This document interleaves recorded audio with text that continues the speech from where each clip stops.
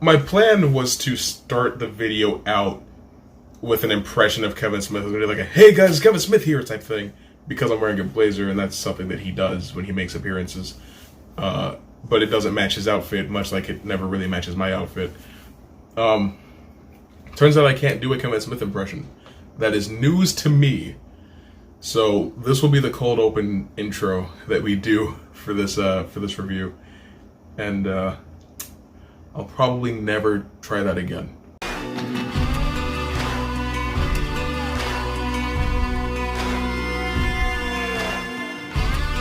Jay and Silent Bob Reboot. Reboot.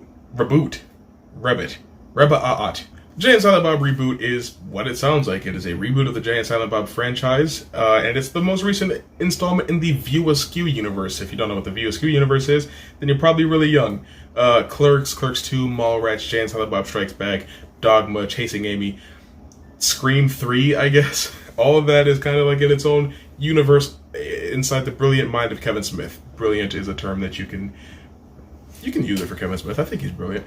But it's basically kind of like what Jay and Silent Bob Strike Back was. It was just like kind of just poking fun at the industry, especially now that we live in an age of Hollywood that relies so heavily on reboots, remakes, and sequels. And so this movie makes fun of reboots, remakes, and sequels while being all of those things itself. Those are the words of Kevin Smith, I believe. And the basic premise is that, like, they got in trouble, Jay and Silent Bob got in trouble for weed, because it's what they usually get in trouble for. And to get them bailed out of court, they ended up signing an agreement to give up their names as intellectual property, the name Jay and Silent Bob, to Saban Films, so that they can thereby reboot the Jay and Silent Bob, well, not Jay and Silent Bob franchise itself, but the Blunt Man and Chronic franchise from Jay and Silent Bob Strike Back.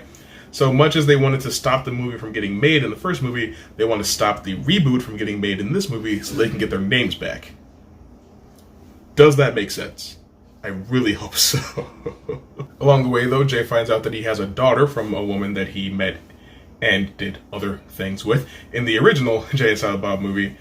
And she is played by Harley Quinn Smith, who is Kevin Smith's daughter. See, it's funny because in real life, along the way, Jay finds out that he has a daughter by a woman that was introduced to us in the original Jay and Silent Bob movie, Jay and Silent Bob Strike Back.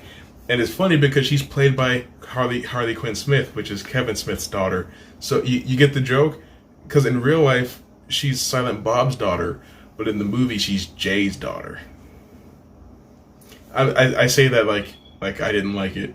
It's not as clever as it seems like it would be. I don't know. But yeah, like it sounds like it would be. It's pretty much Jay's movie. Jay has to grow up, learn to be a man, learn to be a father in this movie, and it's actually surprisingly heartwarming and touching in a lot of ways for a View Askew movie.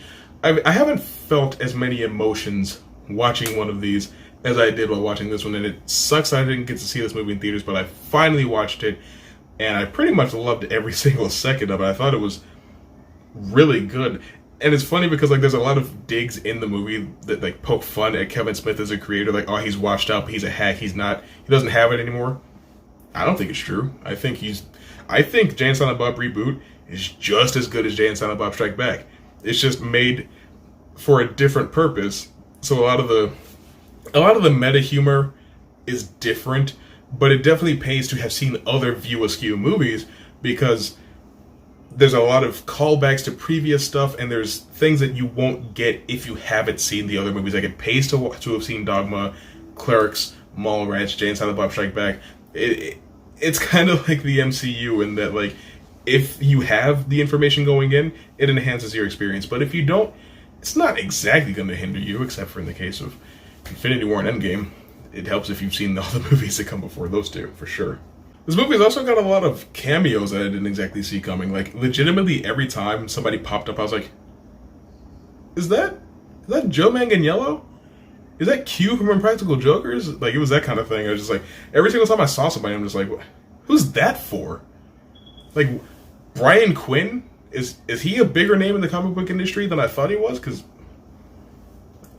I know that I feel like I just got myself into a hole that I don't know if I'm going to be able to get myself out of.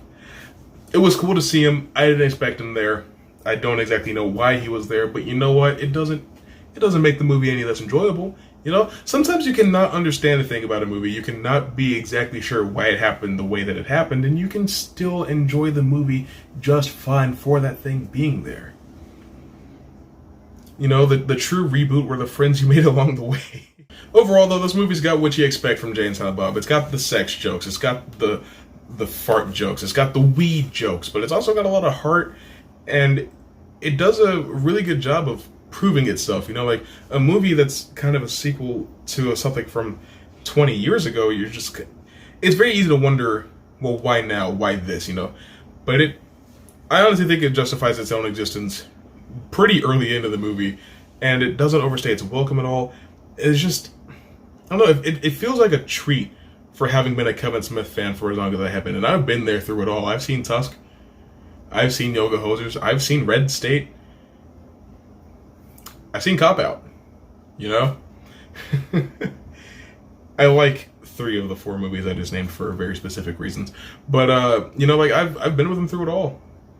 The only movie I haven't seen yet, though, is Mallrats, so do not attack me. Trust me, I'm still a real View Askew fan. I haven't seen that one. Please don't sue me. I almost said sue me, but I don't want that to happen.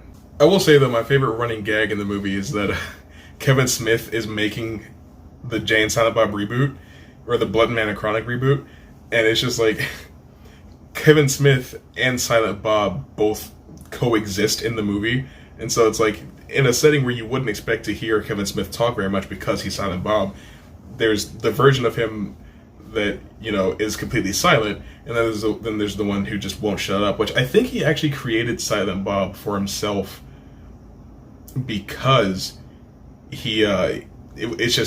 a funny inside joke, because anybody who knows Kevin Smith beyond, you know, just being the director knows that he doesn't like to stop talking. He talks a lot and for a while. I don't know. I just thought that particular running gag was really well executed in the movie. Again, it didn't get old. Nothing in the movie really got old for me, and that's refreshing for a comedy in this day and age, because most of the time, a comedy doesn't stay funny for very long. Overall, though, Jay and Silent Bob Reboot is a really enjoyable movie and is probably worth buying on Blu-ray, but it's on Amazon Prime, so you don't really need to do that unless they take it off of there at some point, which they probably will, because that's how these streaming platforms work. So at some point, be prepared for Jay and Silent Bob to no longer be on Amazon, and just buy it on Blu-ray then. Anyway, Jay and Silent Bob Reboot, have you seen it? What did you think about it? Whatever it is, whatever you think about below to educate me. And as always, if you want more videos from me, click right here on the screen. You can click there, there, there, or there. See you soon.